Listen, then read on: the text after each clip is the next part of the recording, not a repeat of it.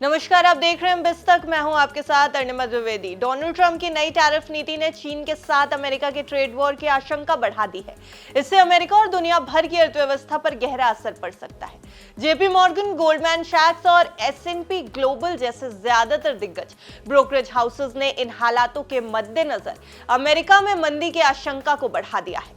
Tariff की वजह से कारोबारियों का भरोसा डगमगा रहा है और वैश्विक विकास की रफ्तार धीमी पड़ने का डर भी सता रहा है। ट्रंप प्रशासन ने दर्जनों देशों पर टैरिफ लगाने का ऐलान किया, जो 9 अप्रैल से लागू हो जाएंगे। इसके जवाब में शुक्रवार को चीन ने भी अमेरिकी सामानों पर अपने टैरिफ बढ़ा दिए। इससे ट्रेड वॉर और गहराने की चिंता भी बढ़ गई और वैश्विक वित्तीय बाजारों में उथल-पुथल मच गई। इन सब के बीच जेपी मॉर्गन ने वैश्विक मंदी की संभावना को 40% से बढ़ाकर 60% कर दिया है। इसके पहले S&P ग्लोबल ने अमेरिकी मंदी संभावना को 25% से बढ़ाकर 30 से 35% कर दिया था। गोल्डमैन सैक्स की बात करें तो उसने भी मंदी की संभावना को 20% से बढ़ाकर 35% कर दिया था। वैसे जेपी मॉर्गन का क्या कहना है ये भी जान लीजिए। जेपी मॉर्गन कह रहा है कि अमेरिका की नीतियों ने कारोबार के लिए मुश्किलें खड़ी कर दी हैं। टैरिफ की वजह से सप्लाई चेन में रुकावटें आ रही हैं और कारोबारी माहौल खराब हो रहा है। दूसरी तरफ S&P ग्लोबल का मानना है कि अमेरिका की अर्थव्यवस्था पहले जितनी मजबूत नहीं रही। गोल्डमैन सैक्स ने यह कह दिया कि आर्थिक स्थिति अब कमजोर हो रही है।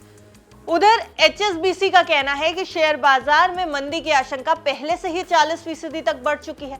वहीं बार्कलेज और UBS ने चेतावनी दे दी है कि अमेरिकी अर्थव्यवस्था अब सिकुड़ सकती है। दूसरे ब्रोकरेजेस की मानेंगे तो उन्होंने आर्थिक विकास दर को 0.1% से 1% के बीच रहने का अनुमान लगा दिया है। डोनाल्ड ट्रंप के दोबारा राष्ट्रपति बनने के बाद नवंबर में अमेरिकी शेयर बाजार में तेजी आई थी, लेकिन जनवरी में टैरिफ के ऐलान के बाद से पिछले 3 महीने शेयर बाजार के लिए भूलने लायक रहे हैं।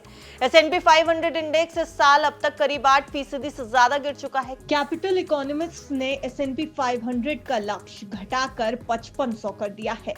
RBC ने अपना लक्ष्य 5550 तय किया है। बार्कलेज, गोल्डमैन और UBS ने भी अमेरिकी शेयरों के लक्ष्य अब घटा दिए हैं। कई ब्रोकरेज हाउसेस जैसे Barclays, BOFS global research, Deutsche bank और RBC कैपिटल मार्केट्स ने चेतावनी दी है कि अगर टैरिफ नीति जारी रही तो अमेरिकी अर्थव्यवस्था मंदी में आ सकती है। लेकिन कुछ एक्सपर्ट्स का यह भी मानना है कि इससे अमेरिकी फेडरल रिजर्व को ब्याज दरें कम करने का मौका मिल जाएगा। ऐसे में गोल्डमैन सैक्स ने साल के आखिर तक 3 बार ब्याज दर में कटौती का अनुमान लगाया। वहीं नोमुरा ने भी 1 और RBC ने 3 कटौती का अनुमान लगा दिया है। UBS ने 75 से 100 बेसिस पॉइंट की कटौती की बात कही है। सिटी ग्रुप की मानेंगे तो सिटी ग्रुप ने मई से 125 बेसिस पॉइंट कटौती का अनुमान जता दिया है। जेपी मॉर्गन का कहना है कि ब्याज दरों में कटौती से टैरिफ का असर कुछ कम हो सकता है, लेकिन निवेशकों को लगता है कि 2025 में 100 बेसिस पॉइंट की कटौती हो सकती है। फिर भी टैरिफ की वजह से वैश्विक अर्थव्यवस्था पर दबाव बढ़ता जा रहा है। अगर हालात नहीं सुधरे तो कारोबार और आम लोगों पर इसका बुरा असर पड़ सकता है। तो आपको क्या लगता है कि अमेरिका क्या मंदी की दर में जकड़ता चला जा रहा है? क्या मंदी आ चुकी है या मंदी के पूरे संकेत अमेरिका में देखने को मिल रहे हैं और इससे ग्लोबल इकोनॉमी पर क्या असर पड़ सकता है? अपनी राय में कमेंट बॉक्स में दीजिएगा जरूर। अगर वीडियो अच्छा लगा हो तो वीडियो को लाइक और शेयर कर दे। चैनल को सब्सक्राइब करना बिल्कुल ना भूले। देखते रहिए बिस्तक।